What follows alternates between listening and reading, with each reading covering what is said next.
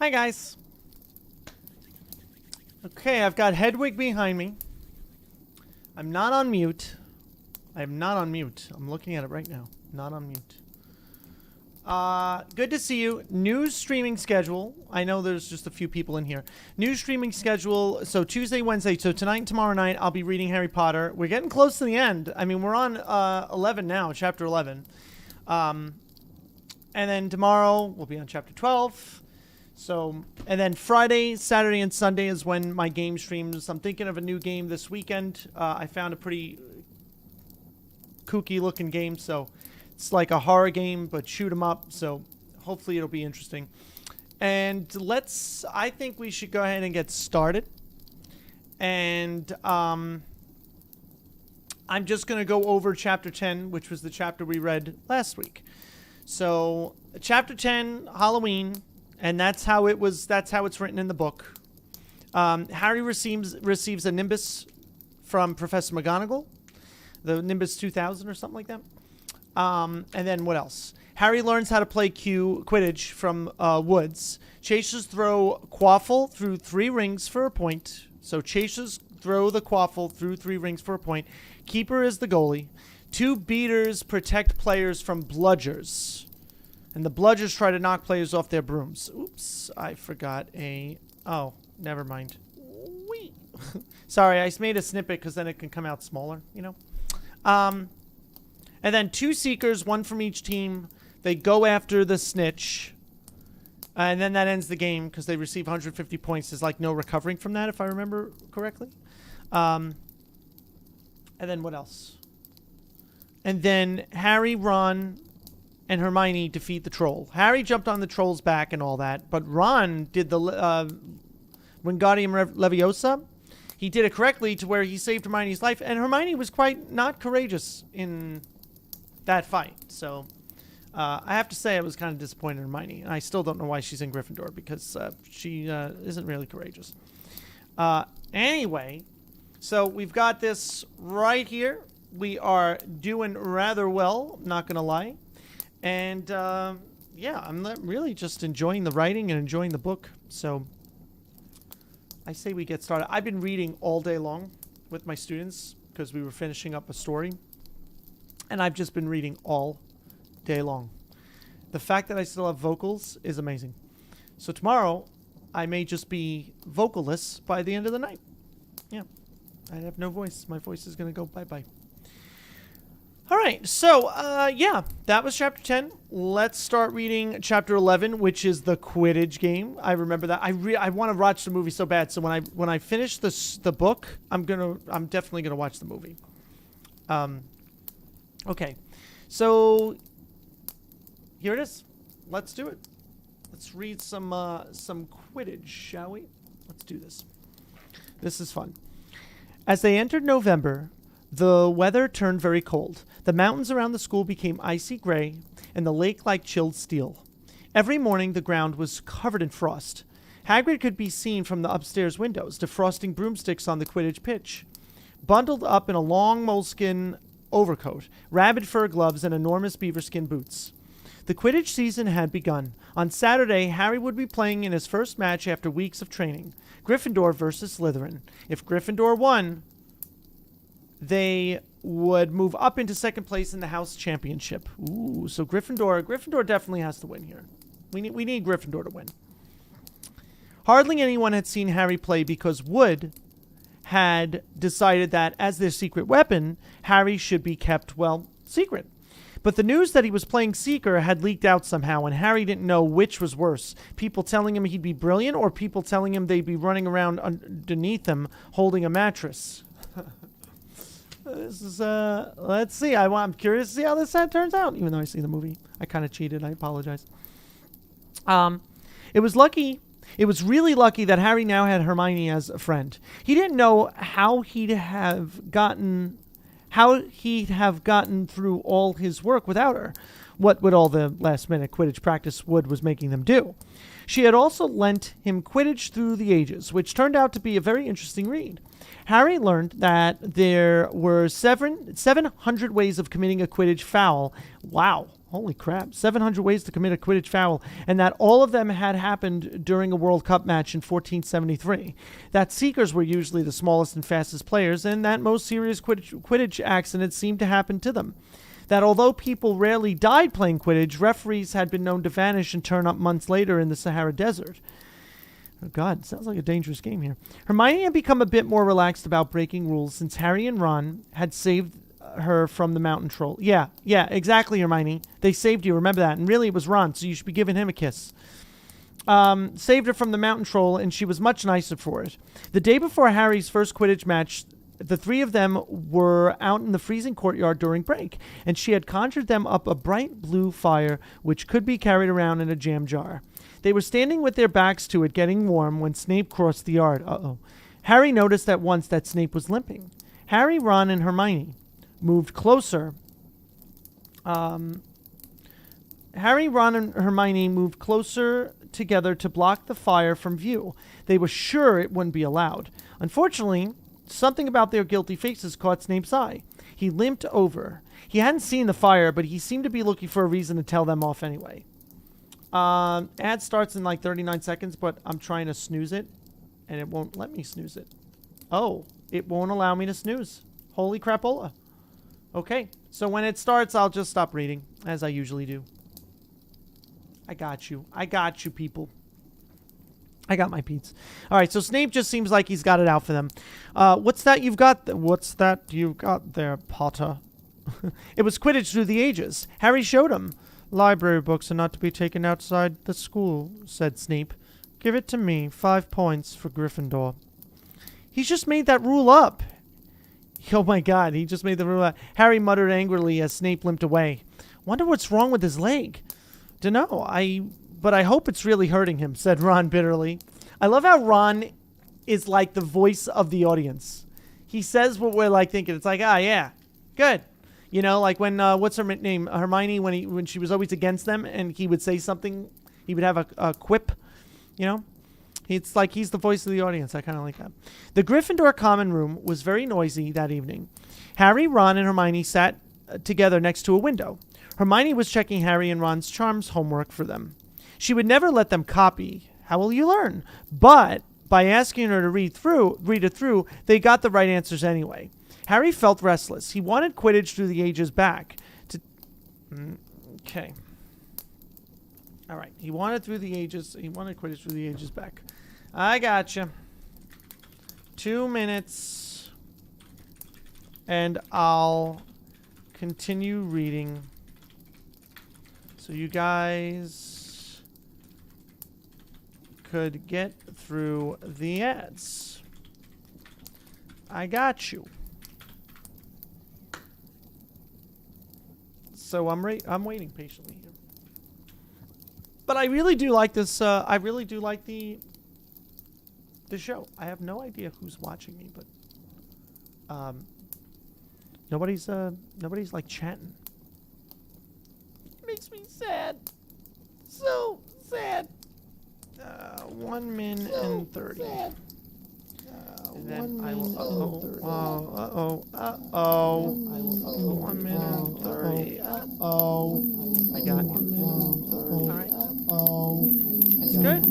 It's a good book. Where was I? It's good. It's a good book. Where was I? It's a good book. All right. I know where I am.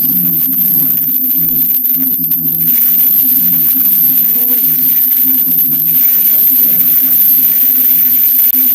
We're doing well. We're more into it than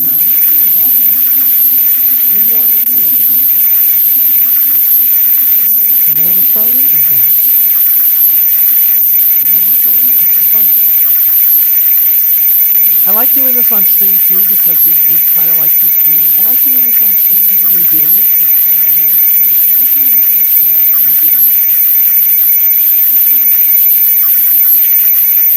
Keeps me coming back to read it because I don't know if I would. It's so good though. Like it really is good. I don't know if I would. It's so good though. Like it really is good. 30 seconds, Pete. 30 seconds. 30 seconds, Pete. 30 seconds. I mean, I know why Snape is the way he is, but I know why Snape doesn't excuse the way he treats Harry. You know? Why would you leave somebody? I don't know. All right, we got our we can start now. Okay, I am back. I waited for you guys, and I'm going to continue reading. And here we go. Harry felt restless. He wanted Quidditch through the ages back, to take his mind off his nerves about tomorrow. Why should he be afraid of Snape? Getting up, he told Ron and Hermione he was going to ask Snape if he can have it. Rather you than me, they said together, but Harry had an idea that Snape wouldn't refuse if there were other teachers listening. So Harry is going to ask him for this book to seek knowledge. He's going to ask them in front of other teachers, because I guess he doesn't think he's going to say no. I like it. I like the idea. He made his way down to the staff room and knocked. There was no answer. He knocked again. Nothing. Perhaps Snape had left the book in there. It was worth a try. He pushed the door ajar and peered inside, and a horrible scene met his eyes. Snape and Filch were inside, alone. Snape was holding his robes above his knees. One of his legs was bloody and mangled. Filch was handing Snape bandages. Okay, so Snape's leg is like bleeding. Blessed thing, Snape was saying. How are you supposed to keep your eyes on all three heads at once? Ooh, so he's going after the Cerberus, right? That's the name of the three-headed dog that like guards hell or something. Okay, so blah blah blah. Harry tried to shut the door quietly, but Potter! Snape's face was twisted with fury as he dropped his robes quickly to hide his leg. Harry gulped. I just wondered if I could have my book back. Get out! Get out! Harry left before Snape could take any more points from Gryffindor. He sprinted back upstairs. Did you get it? Ron asked as Harry joined them. What's the matter? In a low whisper, Harry told them what he'd seen. You know what this means? He finished breathlessly. He tried to get past the three-headed dog at Halloween. That's where he was going when we saw him. He's after whatever it's guarding. And I bet my broomstick he let that troll in to create a diversion. Hermione's eyes were wide. No, he didn't, she said. I know he's not very nice, but he wouldn't try and steal something Dumbledore was keeping safe. Honestly, Hermione, you think all teachers are saints or something? Snapped Ron. I'm with Harry. I wouldn't put anything past Snape. But what's he after? What's that dog guarding? Harry went to bed with his head buzzing with the same question. Neville was snoring loudly, but Harry couldn't sleep. He tried to empty his mind. He needed to sleep. He had to. He had his first Quidditch match in a few hours, but the expression on Snape's face when Harry had seen his leg wasn't easy to forget. The next morning dawned very bright and cold. The great hall was full of the delicious smell of fried sausages and the cheerful chatter of everyone looking forward to a good Quidditch match. You've got to eat some breakfast. I don't want anything. Just a bit of toast, wheedled Hermione. I'm not hungry. Harry felt terrible. In an hour's time, he'd be walking on to the pitch. Harry, you need your strength, said Seamus Finnegan. Seekers are always the ones who get nobbled by the other team. Thanks, Seamus, said Harry, watching Seamus pile ketchup on his sausages. By 11 o'clock, the whole school seemed to be out in the stands around the Quidditch pitch. Many students had binoculars. The seats might be raised high in the air, but it was still difficult to see what was going on sometimes. Ron and Hermione joined Neville, Seamus, and Dean. Ron and Hermione joined Neville, Seamus, and Dean, the West Ham fam up in the top row. As a surprise for Harry, they had painted a large banner on one of the sheets Scabbers had ruined. It said Potter for President, and Dean, who was good at drawing, had done a large Gryffindor lion underneath. Then Hermione had performed a tricky little charm so that the paint flashed different colors. Meanwhile, in the changing rooms, Harry and the rest of the team were changing into their scarlet Quidditch robes. Slytherin would be playing in green. Wood cleared his throat for silence. Okay, men, he said. And women, said Chaser Angelina Johnson. And women, Wood agreed. This is it, the big one, said Fred Weasley. The one we've all been waiting for, said George. We know Oliver's speech by heart, Fred told Harry. We were in the team last year. Shut up, you two, said Wood. This is the best team Gryffindor's had in years. We're going to win, I know it. He glared at them all as if to say, or else. Right? It's time. Good luck, all of you. Harry followed Fred and George out of the changing room and, hoping his knees weren't going to give way, walked onto the pitch to loud cheers. Madam Hooch was refereeing. She stood in the middle of the pitch, waiting for the two teams, her broom in her hand. "Now, I want a nice fair game, all of you," she said, once they were all gathered around her. Harry noticed that she seemed to be speaking particularly to Slytherin captain Marcus Flint, a fifth year. I like how she's like speaking to Slytherin because Slytherin, they're snakes. Harry thought Flint looked as if he had some troll blood in him. Out of the corner of his eye, he saw the fluttering banner high above, flashing Potter for president over the crowd. His heart skipped. He felt braver.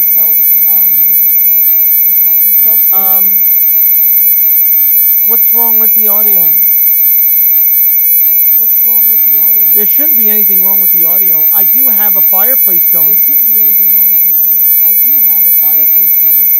there any way you could tell me what's wrong with the audio, Funny Fuzz? I'll send a video. I don't know about that. Let me see if I could. Give me 1 second. Let me see if I can hear it myself. Ooh!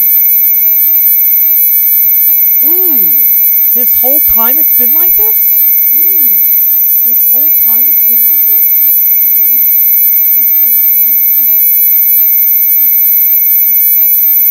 What is happening?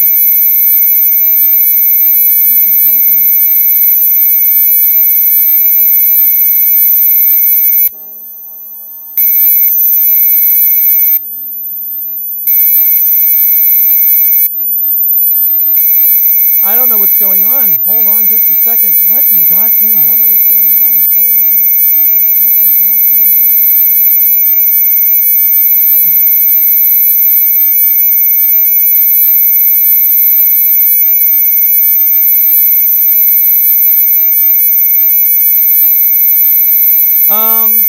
Where do I even begin?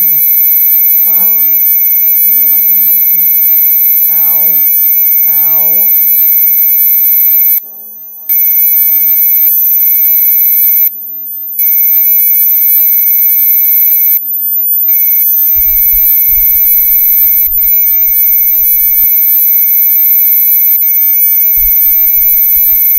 That's not it. I don't know. Is something close to something? I don't know. Is something close? Not my phone. Is my phone having anything to do with it? Why is this happening?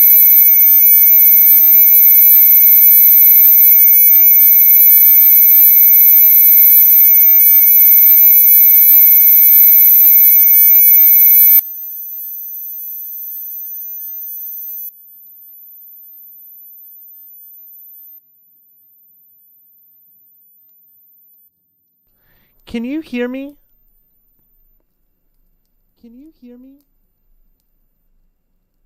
Okay. It's something with the audio out. Something was up with that. It was like...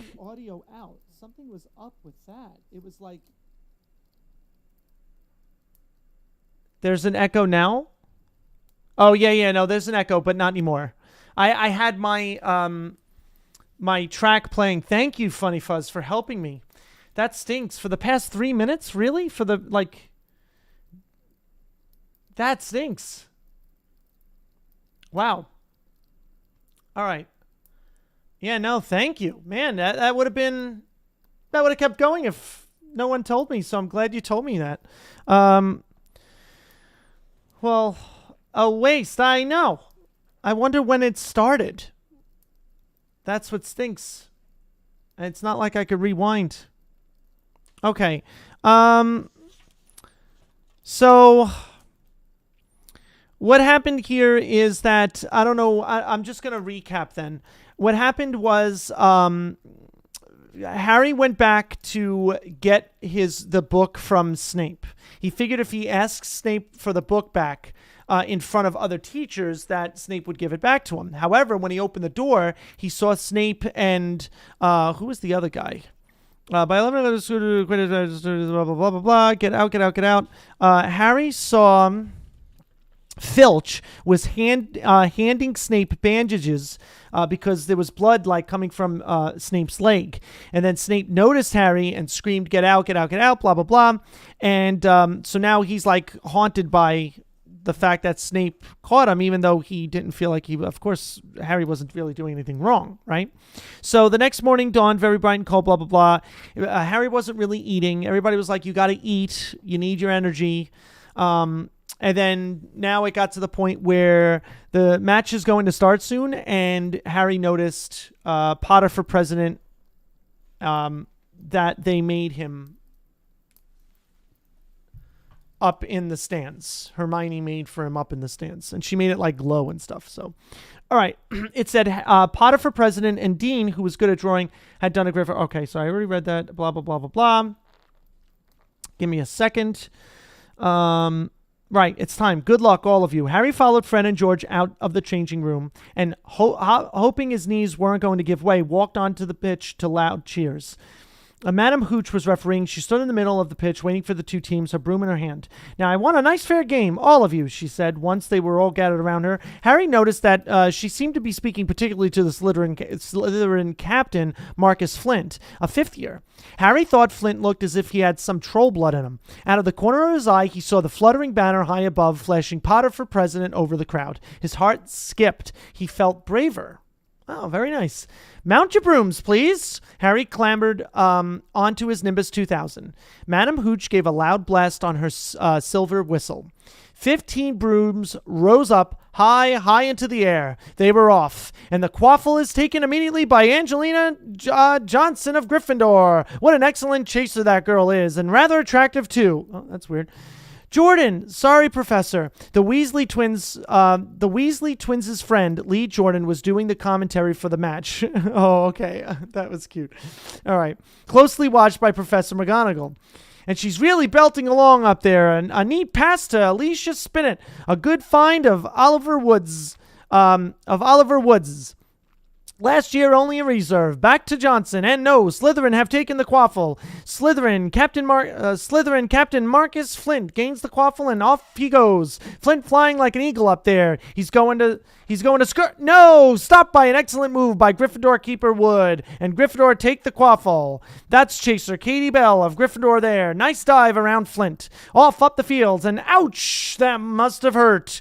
Hit in the back of the head by a bludger. Quaffle taken by Slytherin. That's Adrian. I know, Miro. I know. I was like, where's Miro? I was so sad. It's okay. I had audio problems anyway. I don't know if it's the same for you, but I'm on page 199. I'm at the bottom. Ouch, I must have heard. Hit in the back of the head by a bludger. Quaffle taken by Slytherin. That's Adrian Pusey? Speeding off towards the goalposts, but he's blocked by a second bludger, sent his way by Fred or George Weasley. Can't tell which.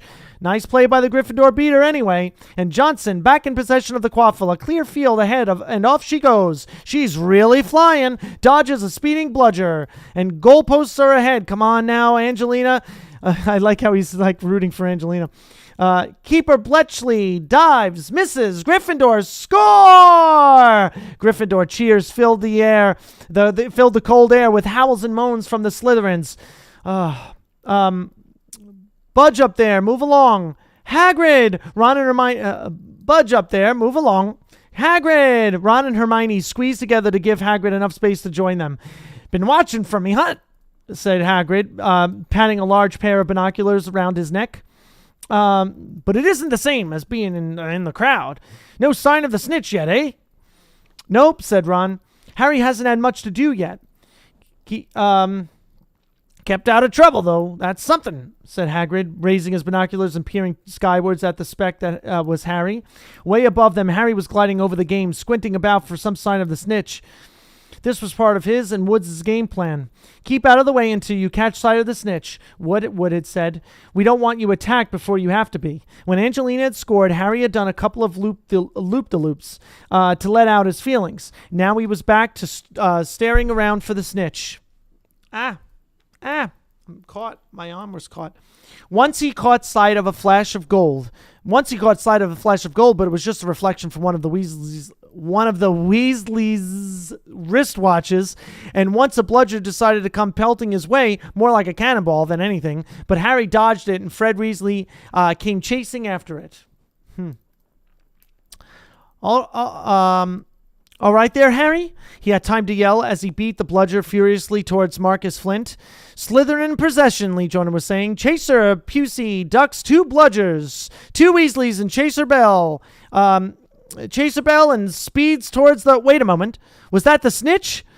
A murmur ran through the crowd as Adrian Pusey dropped the quaffle, too busy looking over his shoulder as the flash of gold that had passed his left ear. Harry saw it in a great rush of excitement. He dived downwards after the streak of gold. Slytherin seeker Terrence Higgs had seen it too. All right, so Slytherin seeker Terrence had seen it too, so now he's going to be going after it. Neck and neck, they hurtled towards the snitch. All the chasers seemed to have forgotten that they were supposed to be doing as they what they were supposed to be doing as they hung in midair to watch. Harry was faster than Higgs. He could see the little round ball, the wings fluttering, darting up ahead. He put on an extra spurt of speed. Wham! A roar of rage echoed from the Gryffindors below. Marcus Flint had blocked Harry on purpose, and Harry's broom spun off course. Harry holding on for dear life. Foul! Foul! Screamed the Gryffindors. Madam Hooch spoke angrily to Flint and then ordered a free shot at the goalposts for Gryffindor. But in all the confusion, of course, the golden snitch had disappeared from sight again. Down in the sands, Dean Thomas was yelling, "Send him off, ref! Red card!" "This isn't football, Dean," Ron reminded him. "You can't send people off in Quidditch. And what's a red card?" But Hagrid was on Dean's side. "They ought to change the rules. Flint could have knocked Harry out of the air." Lee Jordan was finding it difficult not to take sides. "So, after that obvious and disgusting bit of cheating..." "Jordan!" growled Professor McGonagall. "I mean, after that open and revolting foul..." "Jordan, I'm warning you."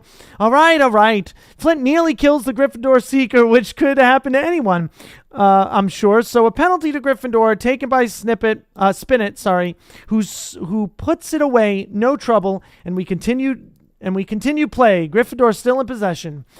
It was as Harry dodged another bludger, which went spinning dangerously past his head, that it happened. His broom gave a sudden frightening lurch. For a split second, he thought he was going to fall. He gripped the broom tightly with both his hands and knees. He'd never felt anything like that. It happened again. It was as though the broom was trying... Oh, I know what's happening. I remember the movies. I know what's happening. It was as though the broom was trying to buck him off. But Nimbus 2000s did not suddenly decide to buck their riders off. Harry tried to turn back towards the Gryffindor goalposts. He had half a mind to ask Wood to call timeout. And then he realized that his broom was completely out of his control. He couldn't turn it. He couldn't direct it at all. It was zigzagging through the air and every now and then making violent swishing movements which almost unseated him. Lee was still commentating. Slytherin in possession. Flint with the quaffle. Passes Spinet. Passes Bell. Hit hard in the face of a bludger. Hope it broke his nose. Only joking, Professor. Slytherin score. Oh no. The Slytherins were cheering. No one seemed to have noticed that Harry's broom was behaving strangely. It was carrying him slowly higher, away from the game, jerking and twitching as it went. Don't know what Harry thinks he's doing. Sorry, guys. To know what Harry thinks he's doing, Hagrid mumbled. He stared through his binoculars. If I didn't know any better, I'd say he'd lost control of his broom, but he can't have. Suddenly, people were pointing up at Harry all over the stands. His broom had started to roll over and over, with him only just managing to hold on. Then the whole crowd gasped. Harry's broom had given a wild jerk, and Harry swung off it. He was now dangling from it, holding on with only one hand. Did something happen to it when Flint blocked him? Seamus whispered. Can't have, Hagrid said, his voice shaking. Can't nothing interfere with a broomstick except powerful dark magic. No kid could do that to a Nimbus 2000. Ah, dark magic's at play. Dark magic. This is messed up. I know what's going on. Okay, at these words, Hermione seized Hagrid's binoculars, but instead of looking up at Harry, she started looking frantically at the crowd. What are you doing? What are you doing? Moaned Ron, gray-faced. I knew it, Hermione gasped. Snape, look! Ron grabbed the binoculars. Snape was in the middle of the stands opposite them. He had his eyes fixed on Harry and was muttering nonstop under his breath. He's doing something, jinxing the broom, said Hermione. What should we do? Leave it to me. Before Ron could say another word, Hermione had disappeared. Ron turned the binoculars back on Harry. His broom was vibrating so hard it was almost impossible for him to hang on much longer. The whole crowd were on their feet, watching, terrified, as the Weasleys flew up to try to pull Harry safely onto one of their brooms. But it was no good. Every time they got near, the broom would jump higher still.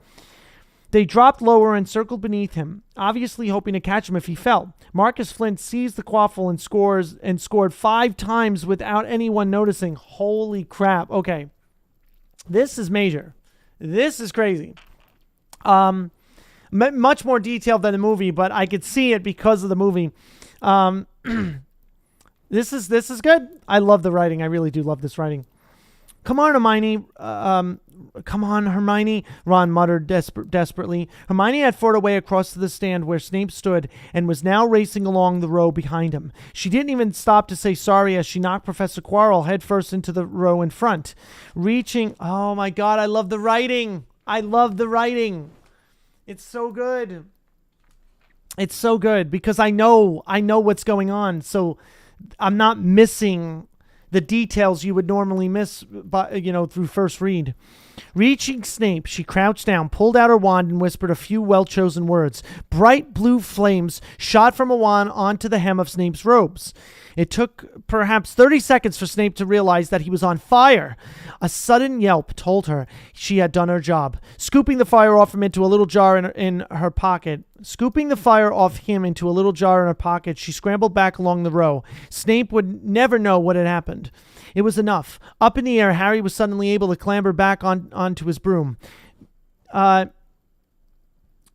Neville, you can look, Ron said. Neville had been sobbing into Hagrid's jacket for the last 5 minutes. Harry was speeding towards the ground when the crowd saw him clap his hand to his mouth as though he was about to be sick. He hit the pitch on all fours, coughed, and something gold fell into his hand. I've got the snitch, he shouted, waving it above his head, and the game ended in complete confusion. He didn't catch it. He nearly swallowed it. Flint was still howling 20 minutes later, but it made no difference. Harry hadn't broken any rules, and Lee Jordan was still happily shouting the result. Gryffindor had won by 170 points to 60. Harry heard none of this, though. He was being made a cup of strong tea back in Hagrid's hut, with Ron and Hermione. It was Snape, Ron was explaining. Hermione and I saw him. He was cursing your broomstick, muttering he wouldn't take his eyes off you. So good. It's so good. Rubbish, said Hagrid, who hadn't heard a word of what had gone on next to him in the stands. Why would Snape do something like that? Harry, Ron, and Hermione looked at each other, wondering what to tell him. Harry decided on the truth. I found out something about him, he told Hagrid. He tried to get past that 3-headed dog at Halloween. It bit him. We think he was trying to steal whatever it's guarding. Hagrid dropped the teapot. How do you know about Fluffy, he said. Fluffy? Yeah, he's mine. Bought him off a Greek chappie I met in the pub last year. I lent him to Dumbledore to guard the... Yes, said Harry eagerly. Now, don't ask me any more, said Hagrid gruffly. That's top secret, that is. But Snape's trying to steal it. Rubbish, said Hagrid again. Snape's a Hogwarts teacher. He'd do nothing of the sort. So why did he just try to kill Harry? Cried Hermione. That the afternoon's events certainly seemed to have changed her mind about Snape. I know a jinx when I see one, Hagrid. I've read all about them. You've got to keep eye contact, and Snape wasn't blinking at all. I saw him. I'm telling you, you're wrong, said Hagrid hotly. I don't know why Hagrid's broom acted like that, but Snape wouldn't try and kill a student. Now listen to me, all 3 of you. You're meddling in things that don't concern you. It's dangerous. You forget that dog, and you forget its garden. That's between Professor Dumbledore and Nicholas Flamel. Aha, said Harry. So there's someone called Nicholas Flamel involved, is there?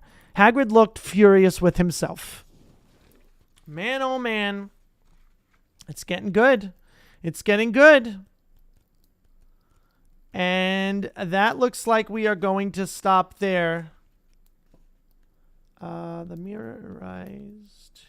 I'm just looking to see how long the next... Okay. This one is quite lengthy. So the next one is the mirror erased. I think I'm saying that right. It's the first time I've seen that word. Give me 1 second. I'm getting a snap.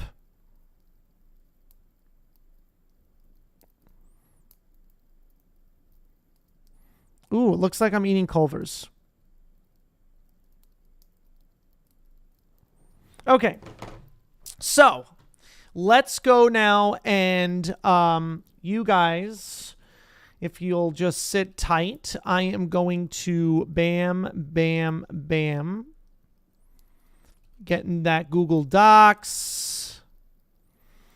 And let's get this going here. I'm sorry. I actually have to put it over here, right? So you guys can see it. All right. Moving all the way down. We've got our little Quidditch. Okay. So Snape takes a book from Harry saying it's not allowed. Harry suspects a made up rule. Okay. Harry goes to Snape to ask for the book back. Harry finds Snape tending to wounds on his leg acquired by Fluffy, the three-headed dog. Snape sees him, gets angry.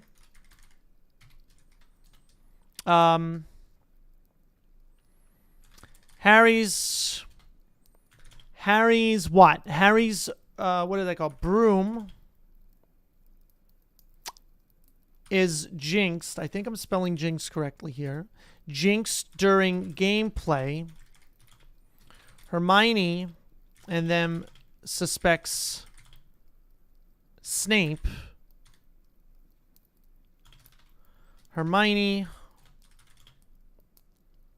sets Snape's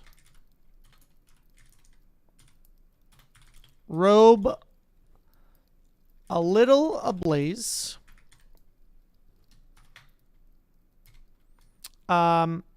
Griff wins the game because Harry catches Snitch. Okay. All right. Yep, we'll do that. That looks good. That looks good. Let's get set for tomorrow. So hopefully you guys join tomorrow, because I shall continue. This will be chapter 12. And it is called The Mirror of Erised. Erised? I don't know. Is that a name? I need to look that up. Chapter 12. The Mirror of... I'm going to remember it as Erised, though. The Mirror of Erised. Okay. We got this.